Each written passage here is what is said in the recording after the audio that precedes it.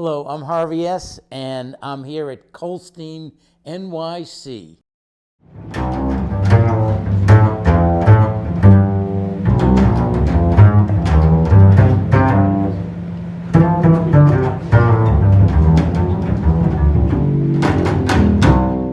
Hello, I'm Harvie S., and I'm here at Kolstein, NYC in New York City, right near Central Park. And this is a podcast interviewing what I call the lifeblood of the music scene. These are the bass players that really make it happen. And you see them in all the clubs, you hear them on records, you see them on YouTube, and they're really not only amazing bass players, but you'll see they've got some really good stories.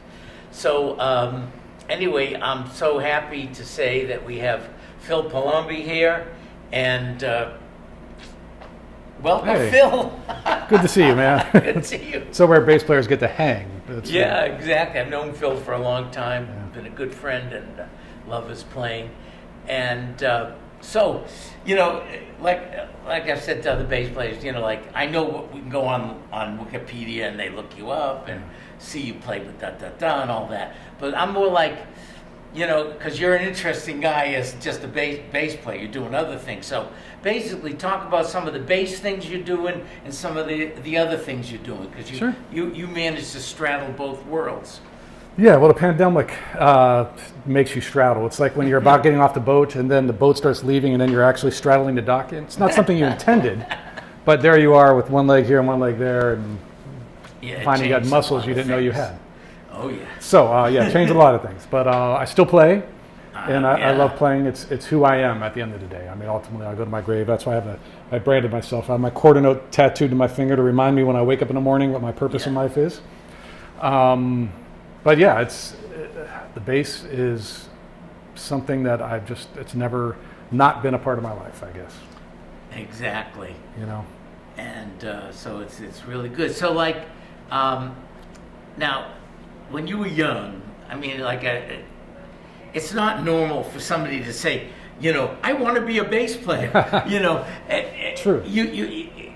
How do you end up playing this instrument? It's always a crazy story almost with everybody. Yeah, well, I mean, who picks up an upright bass and sticks with it? I mean, I want to carry this around the rest of my life. Just carrying it. The blood, the pain, the things it does to your body, the torment from other people. You're making fun of you. How did you get into this? The jokes, is that a cello? I mean, that alone, I'm surprised more bass players don't quit. That. Yeah. So, no, it all came down from wanting to hang with my dad. My dad was a good guitar player, but he played like R&B stuff, like Stein and Family Stone and Booker T and the MGs. Yeah. But I come from a long line of factory workers, Italian immigrants who worked in steel mills and then automotive. My dad was in automotive, but there was always music talent in the family. My grandpa played accordion. He loved music, but it was always the side hustle, right? It was always something you did. So, but I wanted to hang with Dad. Sometimes my dad would be in the spare bedroom practicing guitar. You're 6 years old, puts the guitar in your hand, and it's like, oh, there's 6 strings. You got to play chords. I'm like, I just want to play music. I don't want to have to learn all this stuff. So I had some organ lessons, and I loved tinkering. The organ was great. You push down strings, you can make your own songs. Wanted to hang with Dad, wanted to do what he was doing, tried guitar, playing Beautiful Brown Eyes, single note on the guitar, did not feel like it was going to get me where I wanted to be. But my dad had this 69 Fender Precision sitting in a closet. Oh, man. Which I still have to this day. Wow. And he's like, look, here, put this, it's like this, right? You're maybe 7 or 8 years old, puts it in your hands and says, one note at a time. And okay, he goes, and starts playing like that, and play that note right there. Okay, there's an E string, and then when I nod my head, play the other string. He nods his head, and then we go to the 4 chord, and nods his head back. We go back. Okay, push down 2nd fret, 2nd string. Okay, there's the 5 chord, and change strings when I tell you, when I nod my head.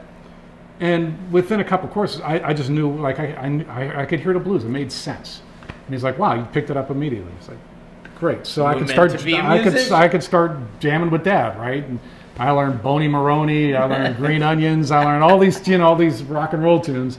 Great stuff. And then, then I got to be 10. I wanted to be on stage, and it was funny because it was less about like I want to be a musician more than like I wanted to be on stage. I wanted to be making music on stage. I don't know. It was that aspect of it. I can dig it. And then, it was the 80s, so it was all the hair bands. Everybody's like the battle of the bands. All the Monday night movies were all about, oh yeah, this band is going to come. There's going to be a big battle of the bands at the end of the movie. And it made it glamorous. I don't know. So I just got into rock and roll, and I wanted to be the next Billy Sheehan. You see all these electric bass players doing these crazy things. And then I had a great music. Dave D'Angelo was my high school band director. Happened to come back, teach high school for 1 year and split. But he was, alto player in a Buddy Rich band. Like, he knew the deal. Came back from New York in the Northeast Ohio just to get his master's, and then went back to New York.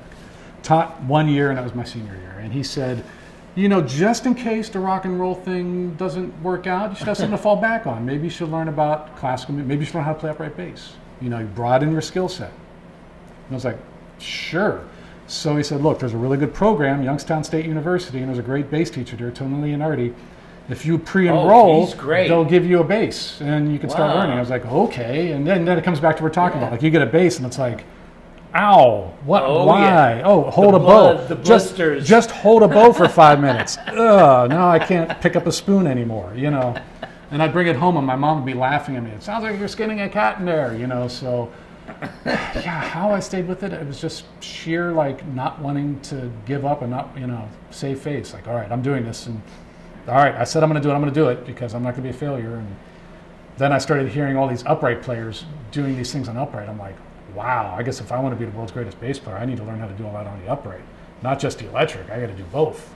And as well you did. Yeah. By the way, I love your book on the Farah. I can't believe you did that.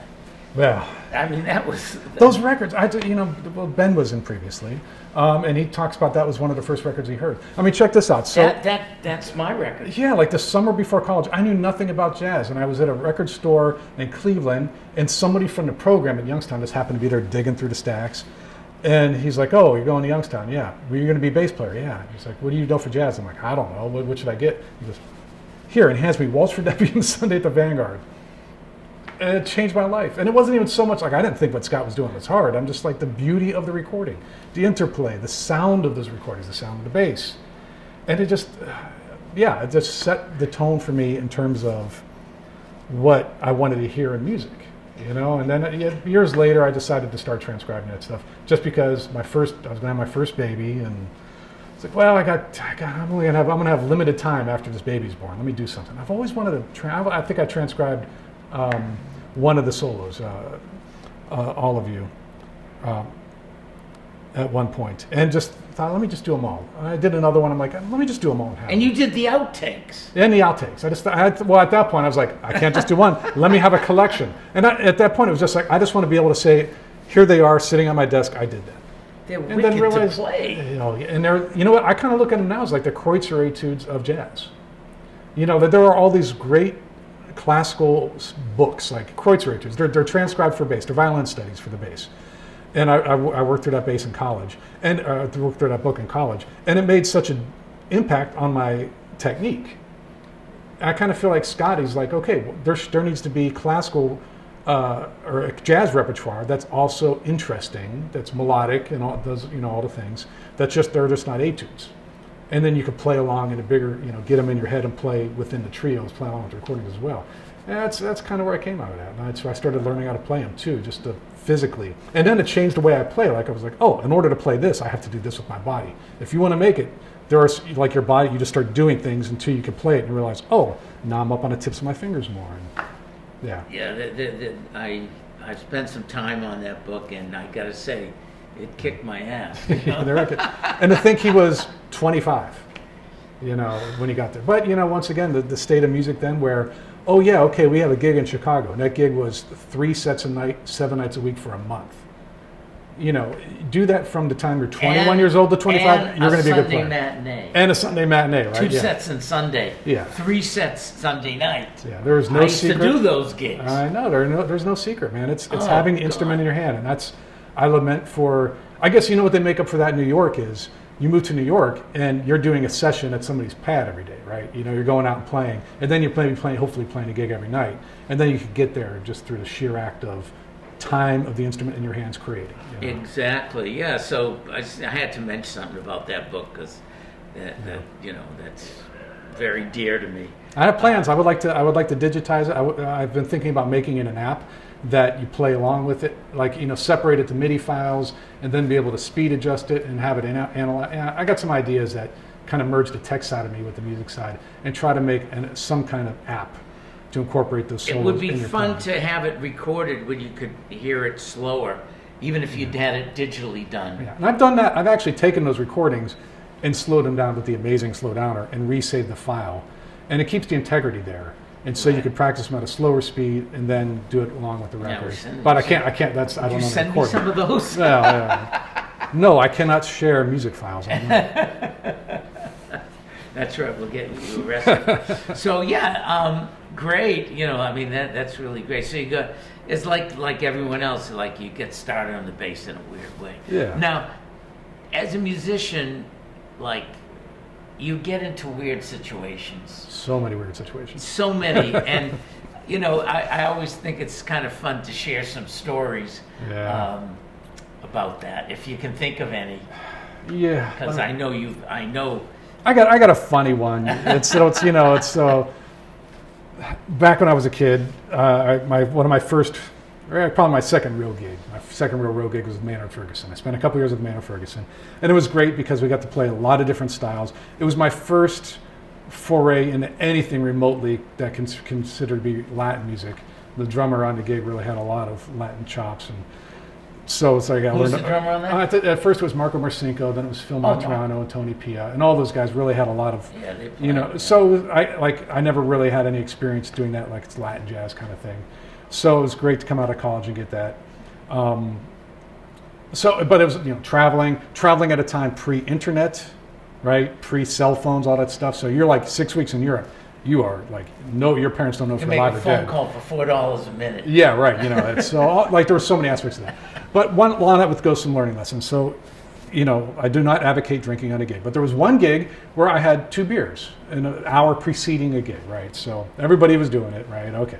So, but the thing is, I had like this anxiety, like, oh shit, I got to make sure I pee before I go on stage, right? And you pee, and then you break the seal, and then you're thinking, I got to pee again. And then you don't have to pee, but it's in your brain. You think you got to pee, right? So I had 3 times with the I get on stage, suddenly I had to suddenly like I start to pee. I'm like, there's nothing in my body, but if so I'm on stage. We do the open, we bring Maynard on, and it's like 3 tunes. And I'm thinking, like, I should be able to make the set. I had like 2, like, no, there's nothing in my bladder, but somehow I feel like there's like, and I'm freaking out. If we get to the 3rd tune, I'm like, oh my God, I'm going to pee my pants on stage. And it gets finally to the point in the set where he introduces the band. Like, we kind of knock him out, bam, bam, bam, 3 tunes. And then it's like, all right. And at that point, I'm like, and it was a small venue. And so I knew I could get off the stage, but I'm like, this is the only break I have. He has to introduce the band. He talks to the crowd. There's a bathroom right off stage. But I'm like the next to the last guy to get introduced. And I'm thinking, I have to get his attention. So I'm like staring the whole time. He's not looking at me at all. And he finally gets to the point. He gets to the mic. Oh, thank everybody for being here. And, talks a little bit. I'm like, and he can't see what I'm doing. He turns around and goes, I'm going to introduce the band. On bass, Phil Palombi. And I'm like, oh my God. I set the bass down. And normally he walks around. I walk up to him, shake his hand. He just smiles at me. And I walk right off the stage. And I'm just thinking, there is a guy that spent 50 years on the road that somehow he knew his bass player was having issues and probably had to get off the stage. And he just, to this day, I never asked him about it, but I always wondered, how did he know to introduce me first, man? Because I was about like, I was at terminal velocity there. He's something that he knew. I've always wondered to this day how Maynard is. Consummate professional right there. Oh, he knew his band. Oh, cool. Yeah. So now, that's great. Yeah, I'm going to get on your podcast and talk about peeing. That's good. Yeah. So now you're here at Kolstein NYC. This is the New York shop. It's so great. And I know you've had a lot of dealings with the Kolstein, family for a long time. Yeah. But what do you think of the new shop? It's amazing. And he's gotten considerably more bases in this space. The place is kind of loaded with bases right now. Yeah. and cellos and stuff. Yeah. But he has a lot of basses here, Yeah. which is cool. A lot of real nice ones. No. And so. Oh yeah, I wanted to talk to you about the strings. Oh yeah, the new Heritage strings are amazing. Yeah, they are the perfect tension for the bass. There are so many things to talk about with like Barry, and working with Barry. All right, I'll tell like my first Barry story was before I was still in college, and I went up to NAMM with a guitar player from Cleveland, and I didn't bring a bass with me, of course, because he's like, it's NAMM, we're going to be basses there, you don't need to travel with one. And I just kind of walked around. I walked in and I saw the Kolstein kiosk, and Barry was there. They had one of his basses up, and I started playing it, and it was a beautiful instrument. I liked it, and Barry heard me play, and he came over. He was the nicest guy in the world, and he offered like out of the blue. He's like, "Oh, are you playing?" I was like, "Yeah." I got. He's like, "Oh, what are you doing?" I was like, "Well, I got him. I was going to play electric bass. If you want to use this in the booth, you could take my bass." And so just I used this bass every day in the booth, and just kind of kept in touch with them. But didn't really move to New York. Never really made it out to the shop in Long Island because I was from Ohio. I had no idea where Long Island was. That's a lot of people. That's why. So when Manny took over, Manny Alvarez now owns the shop. Yeah. And Manny said, we need to be in New York. Yeah. And and he opened this shop here. Now, unfortunately, he opened it right near the beginning of the pandemic. I know. Wow. So he got his ass kicked. That was really difficult. But now, of course, it's coming back, and we can thank Manny for bringing this shop into New York. But Barry's what the biggest thing, like I've taken basses, of course. Once you become a bass player, you get to know a luthier. And there are so many luthiers in my life, and they've all been exceptional. They've all been great. They've all been nice people. But there's something about you get on a gig, and there are a lot of drummers you play with, and it's like, I love them all. But whenever I play with that drummer, we got a thing. Barry is well, it made me think about that. Amazing. You, as a musician, setup enables you. The instrument and the setup help you speak through the instrument, right? And there's just something about the way Barry sets a bass up that just changed the way it enabled me to play. I mean, a lot of it had to do with the first time I played Scotty's bass, and I realized, wow, I suck. Because now the bass completely gets out of the way. You play an F up on E string, it sounds like the F on the A string, it sounds like the F on the D string. Therefore, you can play around. It's no more like, I have to play this here because it sounds better here. It doesn't sound good up here. It sounds great up there. So once you can do that, well, okay, why aren't you doing that? There are things you can do. And it was so much of it was just the way I played and the way Barry sets up. It was like this. And I realize now when I talk to students, I'm like, just don't take your bass to anybody to get repaired. Try different people and find the person that you resonate with, and the person that helps you. I don't know, you won't be able to figure it out, but there'll be something that they do. Or wow, I feel like I play better, and find that hookup. Just like you have a hookup with a drummer or a piano player you like, find a hookup with the luthier you like, and that's Barry for me. There's something about the way he sets it up. What we're doing here at the shop, since I've been kind of working here. We do a thing called Harvie's Picks. Yeah. And Barry and I pick out basses. Yeah. And then we spend time on them, and he brings them over to me. How does this feel? And I tell him what I like, and we work together. So we've got all his expertise, and then he, from a player, we work together. So we have all these basses here that are called Harvie's Picks, and you played one of them just at the beginning. It felt great, right? Yeah. We make them so that there's a whole bunch of basses here that feel great. Yeah. So you hit it right there. He's So got a thing. anyway, I guess that's about it. What? Yep, that's it. My wife is so tired of it. This is the only place I can talk about bass. My wife's tired of it. Well, we're gonna have hopefully we're gonna have the New York Bass Club, and there you go. I can get it out then. It'd be great to have you there. And so thank you so much, Phil. Oh man, my pleasure. Thanks for having me. So great to have you. Part of the series. See you, everybody.